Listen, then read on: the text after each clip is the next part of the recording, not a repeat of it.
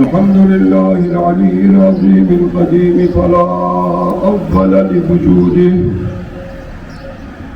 الدائم الكريم فلا آخر لبقائه ولا نهاية لجوده، الملك حقا فلا تدرك العقول بحقيقة كنهه، القادر فكل ما في العالم من أثر قدرته، المقدس فلا تقرب الحوادث حماه، المنزه عن التغيير فلا ينجو منه سواه، مصرف الخلائق بين رفع وخفض وبسط وقبض وإبرام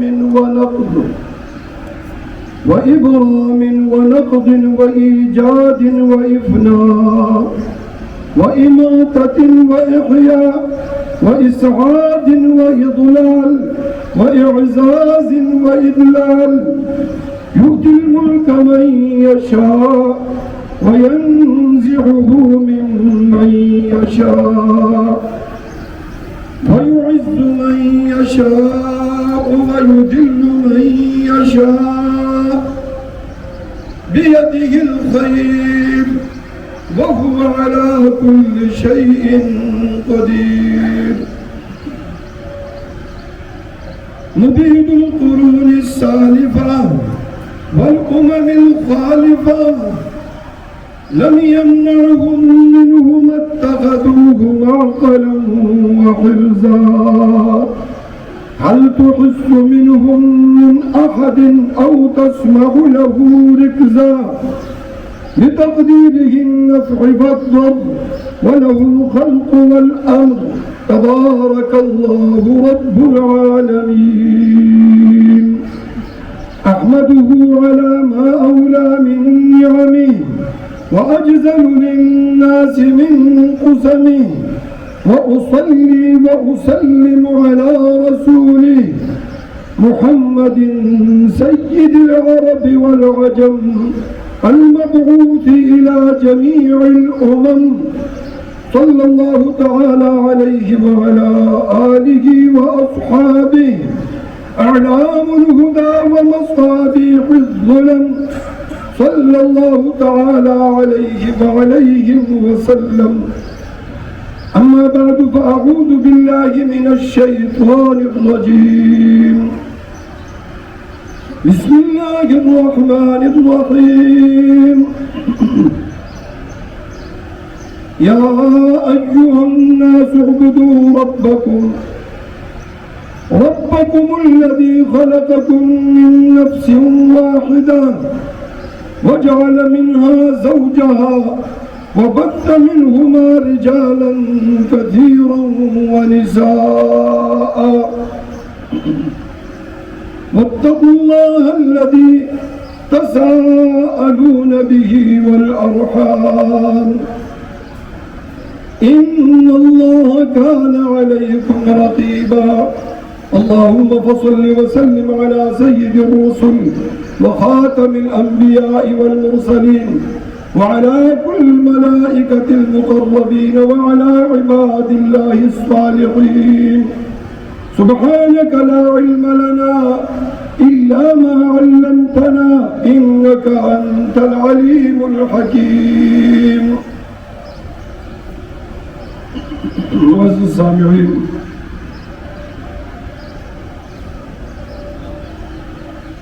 اللہ وحدہ لا شریک ذات نے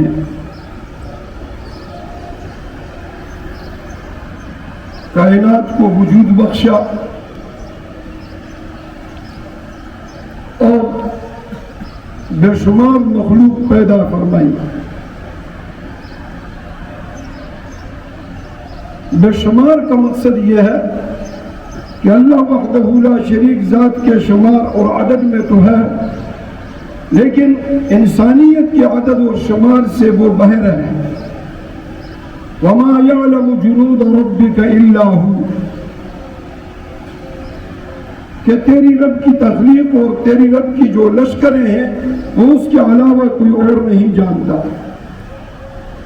لیکن تمام مخلوقات میں سے جو مخدوم کائنات بنایا، اشرف المخلوقات بنایا، عزت اور احترام، نیابت اور خلافت کا تاج جس کے سر پہ رکھا، وہ حضرت انسان ہے۔ وَلَقَدْ كَرَّمْنَا بَنِي آدم، اللہ فرماتے ہیں کہ ہم نے ابن آدم کو کرامت دی، شرافت دی، عزت دی، احترام دیا، اور ساری کائنات، ساری مخلوق اس کے تابع کر دی۔ قرآن کریم کے اندر مخلوقات کا ذکر کر کے اللہ فرماتے ہیں سخر لکم سخر لکم سخر لکم، سب کچھ تمہارے لیے ہے، اور خلق لکم لام انتفاع کے لیے، تمہارے نفع فائدے کے لیے سب کچھ۔ لیکن اس انسان کو اللہ کی ذات نے جو اپنا نائب اور خلیفہ بنایا، انی جاعل فی الارض خلیفہ، وہ خلافت کس طرح اس کو ملی ہے؟ حضرت آدم پہلا خلیفہ تھے، اور اس کے بعد حضرات انبیاء کرام کے سروں پہ اس تاج کو اللہ نے سجایا، اور وہ پیغام الہی مخلوق تک پہنچانا تھا کہ اللہ کی بالادستی اور اللہ وحدہ لا شریک کی عظمت، اللہ کا جلال، اللہ کی کبریائی، اللہ کی بڑائی، یہ اپنے دل کے اندر رکھے۔ جو عبادات، جو اوامر اللہ نے انسان کو دیے ہیں اور لازم کیے ہیں، اس کے اندر کسی غیر کو ذرہ برابر کوئی مقام نہ دے۔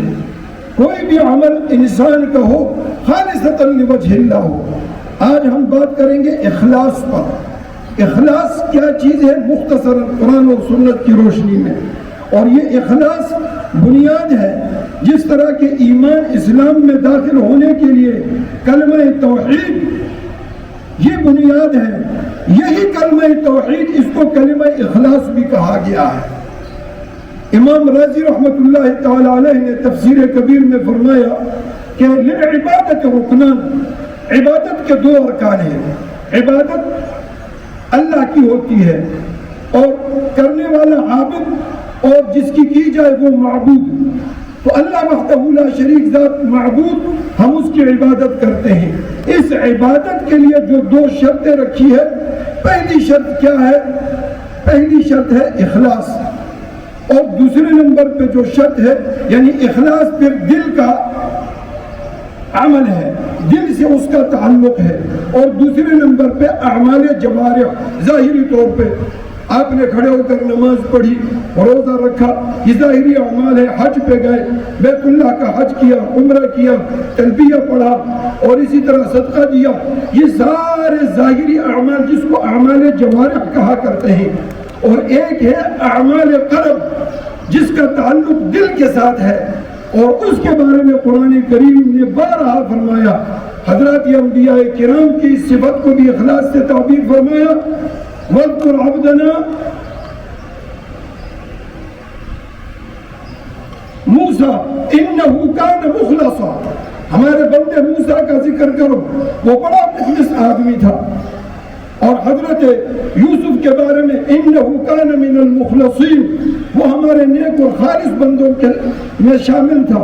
حضرت ابراہیم کے بارے میں فرمایا کہ وَاذْكُرْ عِبَادَنَا إِبْرَاهِيمَ وَإِسْحَاقَ وَيَعْقُوبَ أُولِي الْأَيْدِي وَالْأَبْصَارِ إِنَّا أَخْلَصْنَاهُمْ بِخَالِصَةٍ ذِكْرَ الدَّارِ، یہ ہمارے بندے یعقوب، ابراہیم، اسحاق، یہ تمام کے تمام جو اخلاص کے ساتھ لبریز تھے۔ رسول مکرم صلی اللہ علیہ وسلم کو حکم دیا گیا ہے، قُلْ إِنِّي أُمِرْتُ أَنْ أَعْبُدَ اللَّهَ مُخْلِصًا لَهُ الدِّينَ، میرے حبیب آپ اعلان کر دو کہ میرا ہر عمل، ہر عبادت اخلاص کے ساتھ خالصتاً لوجہ اللہ ہوگی۔ کوئی عبادت ایسی نہیں کہ جس کے اندر اخلاص نہ ہو۔ سورہ زمر میں دوسری نمبر آیت میں، پھر 11ویں نمبر، پھر 10ویں نمبر آیت میں، تنزیل الکتاب من اللہ العزیز الحکیم انا انزلنا الیک الکتاب بالحق فاعبد اللہ مخلصا لہ الدین، اللہ کی عبادت کرو خالصتاً، ایسی عبادت کہ جس میں ذرہ برابر، رائی کے دانے کے برابر بھی کوئی ریائی کا شائبہ تک، رائی دانے برابر ریائی کا شرک اس کے اندر کوئی آمیزش نہ ہو۔ اس کی وجہ کیا ہے کہ جس وقت کسی بھی عبادت کے اندر ریا آ جاتی ہے وہ عبادت اللہ کو مقبول اور منظور نہیں ہوتی۔ تو خلاصہ کلام یہ کہ ہماری جتنی بھی عبادات ہیں تمام عبادت کی اساس بنیاد وہ اخلاص ہے، خلوص نیت۔ بخاری کی پہلی حدیث انما الاعمال بالنیات، اعمال کا دار و مدار کس پر ہے؟ نیت پر ہے۔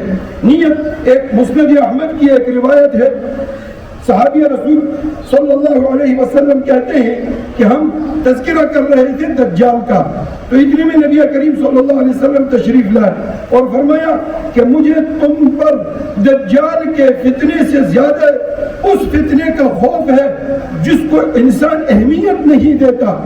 اور پھر آپ نے فرمایا کہ آدمی نماز پڑھے ان یصلی الرجل فیقوم للصلاۃ فینظر، کہ وہ دیکھتا ہے کہ ایک شخص آیا نماز پڑھ رہا تھا، اس نماز کو اس شخص کے لیے اس نے اور اچھی کر دی۔ یہ اچھی کرنا یہ دجال کے فتنے سے زیادہ برا فتنہ ہے۔ کیوں؟ اخلاص چلا گیا، خلوص نیت جو عبادت، یعنی آپ دعا ہوا عبادت، دعا جو ہے وہ عبادت ہے، لیکن فرمایا ادعوا اللہ وانتم موقنون بالاستجابہ واعلموا ان اللہ لا يستجیب عن قلب غافل لاهٍ، دعا تم مانگو اللہ تمہاری دعا رد نہیں کرے گا۔ ان اللہ حی کریم یستحیی من عبده اذا رفع یدیہ الی السماء فیردهما صفرا، کہ جب تم ہاتھ اٹھاؤ اللہ کو حیا آتی ہے کہ تمہارے ہاتھوں کو ایسے ہی لوٹا دے، لیکن شرط کیا ہے؟ فرمایا دعا مانگو لیکن وَأَنْتُمْ مُوقِنُونَ بِالْإِجَابَةِ، اخلاص کے ساتھ ہو، تمہیں یقین ہو کہ اللہ قبول کرے گا۔ اور جو دل جس میں غفلت ہو، صرف زبان پہ رکھتا ہو، سوچ فکر کہیں اور، اس دل کی دعا قبول نہیں ہوتی۔ تو میرے محترم، عرض کرنے کا مقصد یہ ہے، یہ کلمۃ الاخلاص لا الہ الا اللہ، اس کو نبی کریم صلی اللہ علیہ وسلم نے فرمایا اسعد الناس، لمبی روایت ہے لیکن میں مختصر کروں گا کہ اسعد الناس بشفاعتی یوم القیامہ من قال لا الہ الا اللہ مخلصا من قلبہ خالصا من قلبہ، کہ میری شفاعت کا مستحق قیامت کے دن وہ شخص ہوگا جس نے لا الہ الا اللہ کلمے کو اخلاص کے ساتھ دل کے ساتھ ادا کیا ہو، دل سے اخلاص خلوص نیت کے ساتھ اس نے ادا کیا ہو۔ تو خلوص نیت کیا ہے؟ کہ عبادات کے اندر ذرہ برابر کسی اور کو دخیل تصور فکر کسی اور کا قطعا نہ لایا جائے۔ من صلی ریائی فقد اشرک، من تصدق ریائی فقد اشرک، جس نے دکھلاوے کے لیے نماز پڑھی شرک کا ارتکاب کیا، صدقے کے لیے صدقہ کیا، لیکن کس طرح کہ اس نیت سے کہ لوگ سخی کہیں سب سے پہلی اور بڑی سزا ہوگی تو اس حاجی اور اس سخی کی ہوگی جو صرف اور صرف اس نیت سے حج کر رہا ہو یا جہاد کر رہا ہو یا اسی نیت سے وہ صدقہ دے رہا ہو کہ لوگ مجھے بڑا مجاہد کہے، بڑا حاجی کہے اور مجھے سخی کہے۔ سب سے پہلی سزا ان لوگوں کی اور آگ جو جہنم کی گرمائی جائے گی ایسے لوگوں پر۔ اللہ ہم سب کی نیتوں کو خالص فرمائے۔ تو میرے محترم، یہاں ایک نقطہ میں عرض کر دوں، قرآن کریم کے اندر شیطان کا جس وقت ابلیس کا اللہ وحدہ لا شریک ذات سے مکالمہ تھا، مکالمہ اور ایک اعتبار سے مخاصمہ تھا کہ شیطان نے کہا لَأُغْوِيَنَّهُمْ أَجْمَعِينَ، سورہ اعراف کے اندر، سورہ حجر کے اندر، سورہ صاد کے اندر اس انسانیت کو میں گمراہ کر کے رکھ دوں گا، لَأَحْتَنِكَنَّ ذُرِّيَّتَهُمْ، بے پوری کر دوں گا، استحصال کر دوں گا ان کا۔ تو اللہ کی ذات نے فرمایا فَاذْهَبْ وَاجْلِبْ عَلَيْهِمْ بِخَيْلِكَ وَرِجْلِكَ وَشَارِكْهُمْ فِي الْأَمْوَالِ وَالْأَوْلَادِ وَعِدْهُمْ، ہر طرح سے دائیں بائیں اوپر نیچے سے حملہ کر ان پر۔ وَمَا يَعِدُهُمُ الشَّيْطَانُ إِلَّا غُرُورًا، تو دھوکہ باز ہے اور میری مخلوق کو دھوکہ ہی دے گا ان کو جو اگر گمراہ کرے گا۔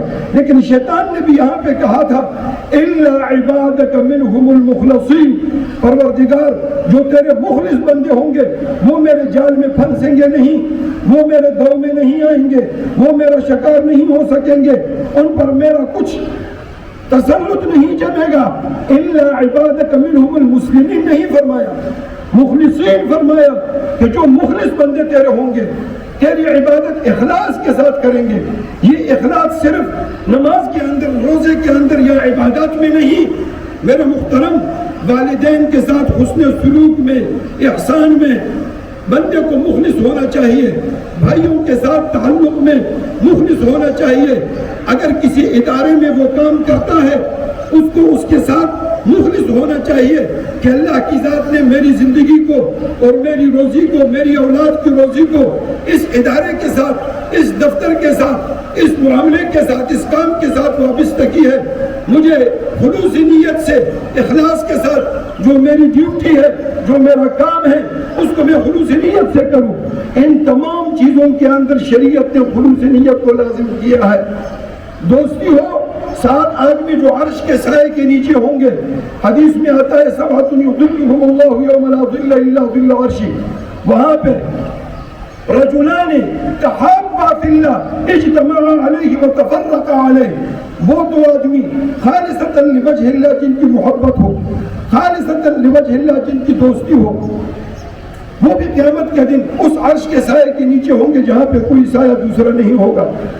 میرے محترم، ایک حدیث میرے ذہن میں آ گئی، ایک صحابی رسول نے آ کر پوچھا یا رسول اللہ هل بقي من ابر ابوي شيء ابرهما به من بعد موتهما، یہ ابو داؤد کی روایت ہے کہ یا رسول اللہ میرے ماں باپ کے مرنے کے بعد ایسی کوئی نیکی ہو سکتی ہے کہ میں مرنے کے بعد ان دونوں کے نیکی کروں، ان کو ثواب بھی پہنچے اور مجھے اس کا صلہ ثواب بھی ملے دنیا میں؟ نبی کریم صلی اللہ علیہ وسلم نے فرمایا، یہ باتیں اخلاص کے ساتھ متعلق ہے میرے عزیز۔ مسلم کی روایت ہے کہ اگر کوئی مسلمان ان المسلم اذا انفق على اهله نفقة يحتسب بها فله صدقہ، بیوی بچوں کو کھلاؤ اس نیت سے کہ ان کا یہ روزی اور ان کی کفالت دیکھ بھال اللہ نے مجھ پہ رکھی ہے تو اس پر بھی تمہیں صدقے کا ثواب ملے گا۔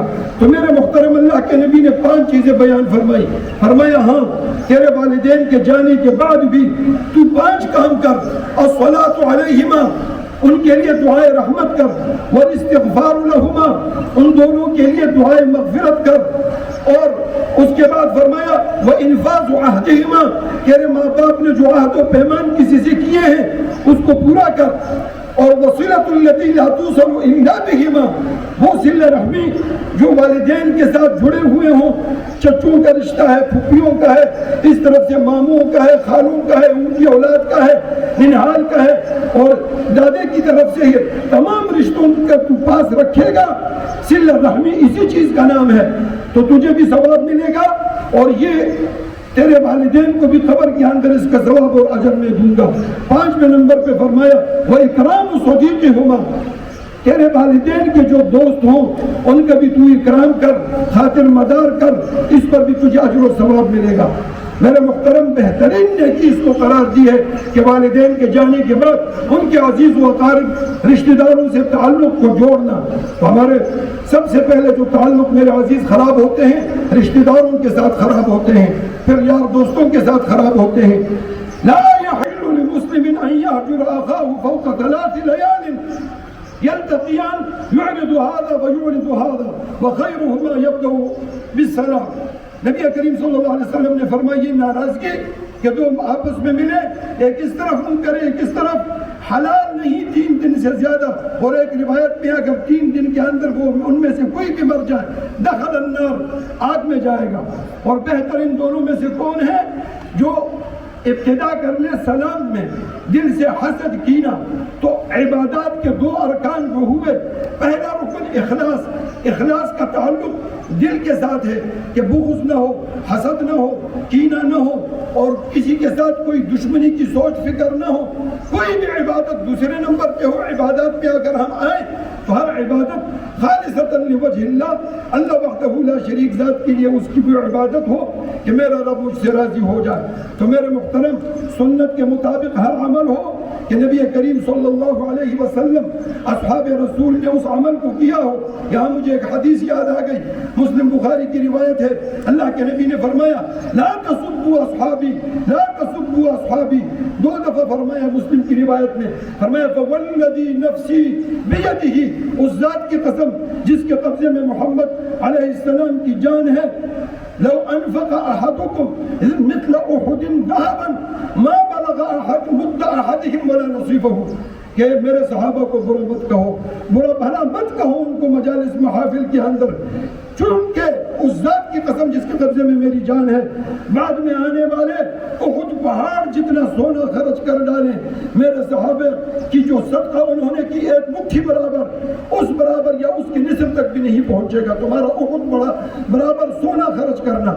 صحابہ کرام میں اخلاص تھا، خلوص تھا، اور جو عبادت جو کام بھی وہ کرتے تھے وہ مخلوق کے ساتھ متعلق ہو یا خالق کے ساتھ، اخلاص اس کام کے اندر تھا۔